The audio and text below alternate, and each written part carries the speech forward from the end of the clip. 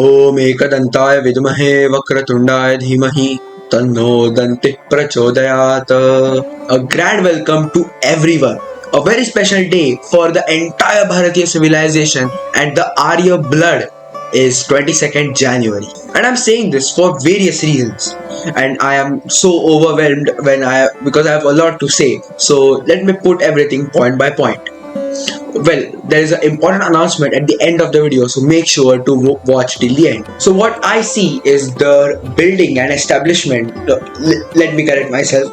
What I see is the rebuilding and the re-establishment of a temple in Ramchandra Bhumi. Many people are looking at this temple building as a very local political issue, which is a result of riots which were fought in a small city of Awadh or Ayodhya in Uttar Pradesh. And people are just making a very big fuss about it. But no, it's not that. It's very huge and larger than life than we think it is. It has a lot of historical, political, religious, spiritual angles and even moral values and angles to it. So actually there is a lot to it. So let's begin. Historically, since the advent of Islam, the Bharatiya civilization and the Islamic civilization or the Islamic world have always been at war. Demolishing temples, places of worship, and trying to destroy culture is the basic nature of every invader who has attacked our great culture and civilization. Babur, this Central Asian Turk who came into India and who invaded to Ayodhya, and he demolishes this temple. Later, a mosque is built on the temple. Now, this Ram Janam Sthan temple is very important to Hindus because it belongs to the one of the most mainstream and major devatas of our religion, which is Shree Ramchandra. He is also an historic figure and it is scientifically proven, so there is no debate about it. If you want to have a debate, let's do one. Put it in the comment section. I'll clear your doubts if you want. Anyways, so coming back to the topic. So again, I'll go back.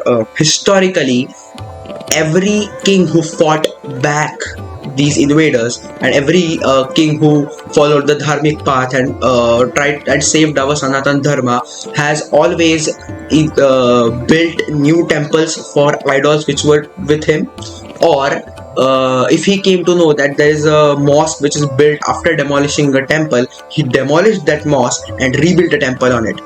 Chhatrapati Shivaji Maharaj and Rana Raj Singh or Rana Ajit Singh are an example of that. They have built temples on, they have rebuilt the temples which are demolished and the mosque was built on that. Or maybe if the image of that deity was threatened, then they gave shelter to that deity and built the temple over there. So this is how they saved our culture.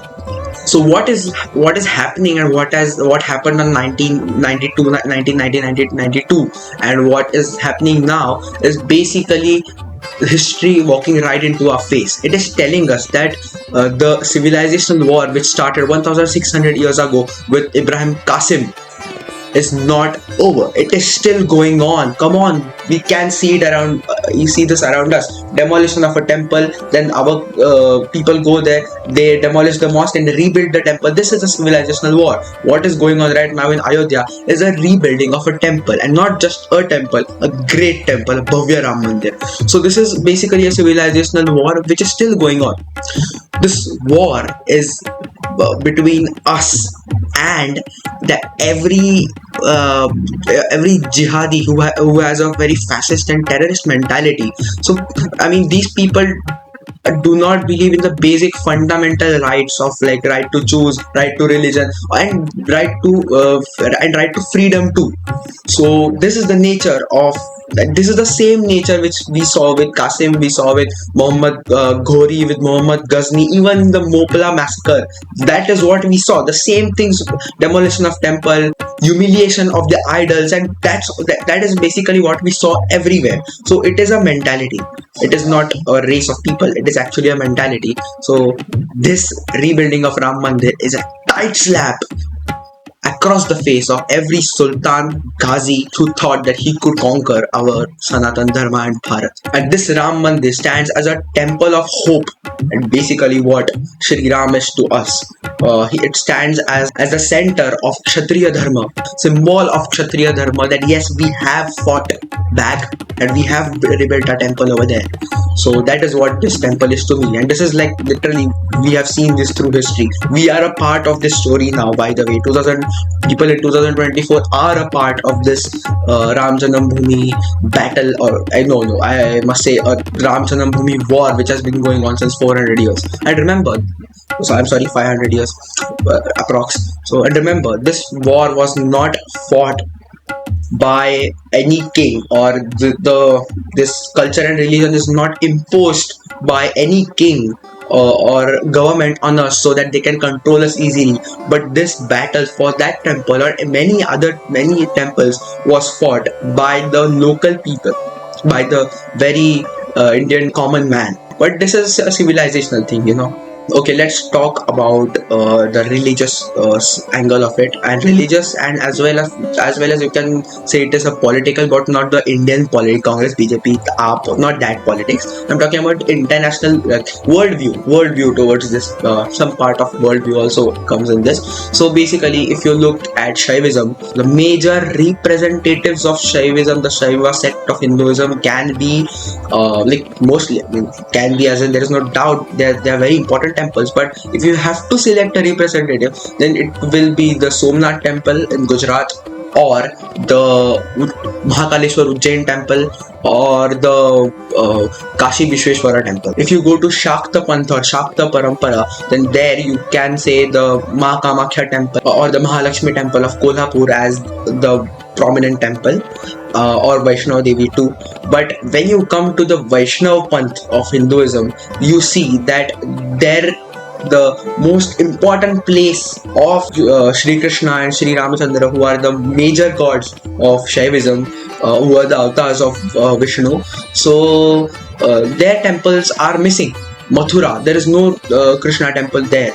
Well, Dwarka we do have, but Mathura is the place. It is the Krishna Janamsthan, and until few years back, we didn't have the Ram Janambhumi temple, which is in the city, which is the very capital city of Lord Ram. We didn't have a temple there, but now we are having it. Well, imagine that you are an American or a French or a German guy sitting in a bistro sipping beer or wine, whatever you prefer, and then you hear that there was some bloody invader in the past who came to India, and he invaded the land and he demolished the temple, which was very dear and a very important temple of a very important god in Hinduism.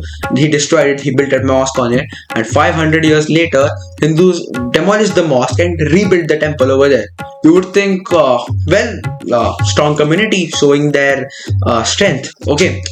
Now, imagine you are a Hindu, an Indian who is living in the foreign country. What would you think? That people look at you as the represent, like you are in there as an Indian in USA, but in India all these Indians have reclaimed the land, right? So you are basically the same people for them, and they will be like, oh, he is one of those people who have reclaimed their site recently. So do you know a huge number of the temple replica of Ram Mandir is being sold in foreign countries? It's a huge number, surprisingly huge number. I mean, and even the costliest international sale was, I think, 12 lakhs or something. I read it on the news. I'm not sure with the number which I'm telling, but it was something in lakhs, and it was in double digit, I believe. Okay, so that, and the second thing is that Thailand is sending soil which is going to be put in the Ram Mandir site. Sri Ramayanam and Sri Ramchandra holds a great significance to Thailand. Their king, the name of their king starts with Rama. So that is a huge respect they pay to Ramchandra. I read somewhere that in Mauritius, the government has declared a 2-hour leave for the Hindu workers or something like that, so that they can go home and carry out their puja and everything. So you see how governments of other countries are looking at this thing. So what Vatican City is to the Christians, or Bethlehem is to the Christians, what Makkah and Medina is to the Muslims, what Shaolin Temple and Bodh Gaya is to the Buddhists, is what Ram Mandir is to the Hindus, the followers of the Sanatan Dharma. Ram Mandir is one of the temples, but still it is the place where Hindus are united today, right? And I think we should stay the same way. We should stay united, and we should all be together always. Now, coming to the important announcement. I am starting a Hindi YouTube channel too, which will be parallel to Vyomnaut. The more information, the name and everything about it will be soon out. But yeah, I am starting a Hindi channel because I feel that yes, I'm talking in English. People from South and North and East, West, and even internationally, people can understand me easily. But if I have to reach the core of Indians and the masses, and obviously there should be an Indian language in which I should convey my message. That's what I feel, because after all, see, I can't talk in Sanskrit because Sanskrit is not, people say it's a dead language, but it's not, because every Indian language has Sanskrit in it. So now people won't understand if I speak in Sanskrit. People won't understand outside Tamil Nadu if I speak in Tamil, and people won't understand if I speak Malayalam, or if I speak Kannada, or if I speak Telugu or Marathi or Konkani or Gujarati. But if I speak in Hindi, most of the people will understand what I'm saying, and that's what I want. So my another channel will be coming up soon. I don't know how often I'll be able to post videos on that channel. Like, it won't be such that the moment a video comes on this channel, another video will be posted on that channel in a few days. That channel might take some time to get established, but yeah, I am doing it. And also I got many suggestions from many people that I should make videos in Hindi, so that the elderly people can understand it too, or the people who don't know much English. So, and I feel that it is right. So yeah, that is just the first announcement, guys. The second announcement is that Shree Ramchandra, being a Kshatriya, and being a Kshatriya, a god, an avatar of God who is Kshatriya, and he being the, for me at least, what I feel is that he is the new role model and a new symbol. Not new, he is a re-established symbol of Kshatriya Dharma and the Kshatriya spirit. So what I am planning, the next plan is that to rejuvenate the Kshatriya Dharma in us Indians by telling you stories and giving you examples. I think after building the Ram Mandir temple, the Ram Janambhoomi temple, I think at least now we should just throw away the British perspective which we have. British perspective of looking at our culture, at our religion, at our country. It is at not even just our country, but the way we look at other countries is also not very Indian. Okay, the Indian perspective is very different. It's very rational. The Western idea of Marxism, communism, democracy, and all the nation-state ideas. So that ideas don't work everywhere. Okay, so then you should have that Indian viewpoint.